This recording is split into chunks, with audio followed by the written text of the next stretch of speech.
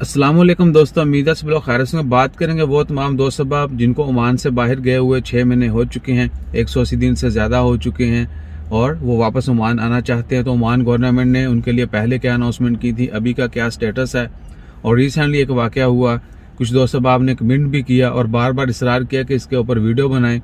तो कुछ इस तरह से है कि जितने भी दोस्त अहबाब जो ओमान से बाहर हैं, वापस ओमान आना चाहते हैं, अभी तक ओमान गवर्नमेंट ने, आरओपी ने उनको वापस आने की इजाज़त नहीं दी, यानी ऑफिशियली अनाउंसमेंट नहीं की गई।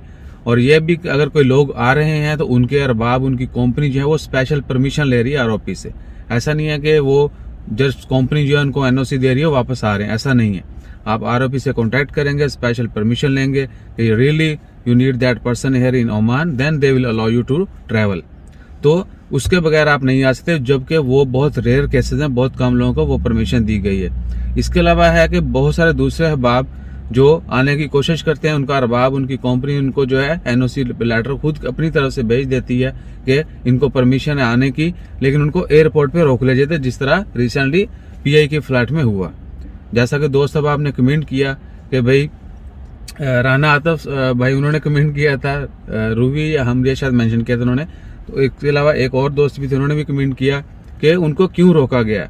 तो भाई एक तो बताते चले कि सिर्फ स्पेशल रिक्वेस्ट जो है वो करना पड़ती है ओमान आरओपी को, आपका अरबाब आपकी कंपनी करेगी। अगर आपको वो एनओसी जारी कर देते हैं तो आप आ सकते हैं, इसके अलावा आपको आने की इजाज़त नहीं है। अगर आपकी कंपनी देगी, आपका स्पॉन्सर, आपका अरबाब आपको लेटर देगा अपनी तरफ से, तो उसके ऊपर आपको ट्रैवल नहीं करने देंगे, क्योंकि ओमान गवर्नमेंट ने पाबंदी लगाई हुई है कि जिनको 6 महीने से ज़्यादा हो चुके हैं उनको ट्रैवल की इजाज़त नहीं दी जाएगी। इसलिए एयरलाइन जो है उनको बाकी डॉक्यूमेंट्स होने के बावजूद जो है वो बोर्डिंग नहीं करती या उनको फ्लाई करने की इजाज़त नहीं देते।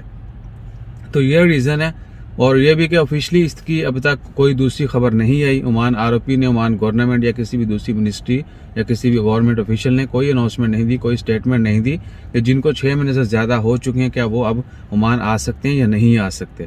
लेकिन उम्मीद है कि जैसे ही मैन पावर का सिस्टम अप होता है, लेबर मिनिस्ट्री का जो सिस्टम जो है डाउन है वो अप होता है ऑनलाइन, उसके बाद जो है जिस तरह बाकी बहुत सारे जो हैं वो मामला ठीक हो रहे हैं ओमान में, तो हो सकता है कि इनको भी आने की इजाज़त दे दी जाए। बाकी जो लोग आ रहे हैं वो स्पेशल परमिशन रिक्वेस्ट पे ही आ रहे हैं, ऐसा नहीं है कि रैंडमली आप जाएंगे आपको एनओसी इशू कर दिया जाएगा, ऐसा बिल्कुल नहीं है।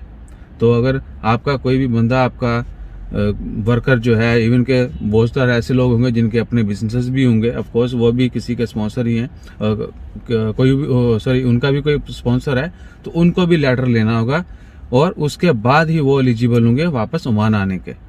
तो हम भी मज़ीद कोशिश करते हैं कि इसके मतलब मज़ीद अपडेट्स हासिल करें, कुछ इन्फॉर्मेशन हासिल करें, उसके बाद जो है आपको बताएं कि एग्जैक्ट जो है वो क्या हो सकता है और गवर्नमेंट के क्या प्लान्स हैं या क्या उनकी अनाउंसमेंट हो सकती है या क्या करने जा रहे हैं, उनको आने की कब इजाज़त दी जाएगी, नहीं दी जाएगी।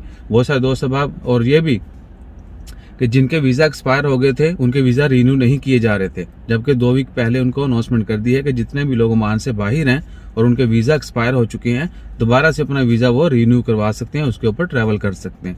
तो ऑफ कोर्स जिनको 6 महीने से ज़्यादा हो चुके हैं, उनका वीज़ा वैलिड है, उनको भी जल्द जल्द अनाउंसमेंट कर दीजिए कि वो वापस ओमान ट्रैवल कर सकते हैं। जैसे ही अपडेट्स आती हैं और हमें कोई इन्फॉर्मेशन मिलती है, हम असर कर पाते हैं, वो आपके साथ शेयर करेंगे। अपना ख्याल रखें, हमारा ख्याल रखने के लिए सब्सक्राइब करें, लाइक करें, शेयर करें। जज़ाकल्लाह, अल्लाह हाफिज़।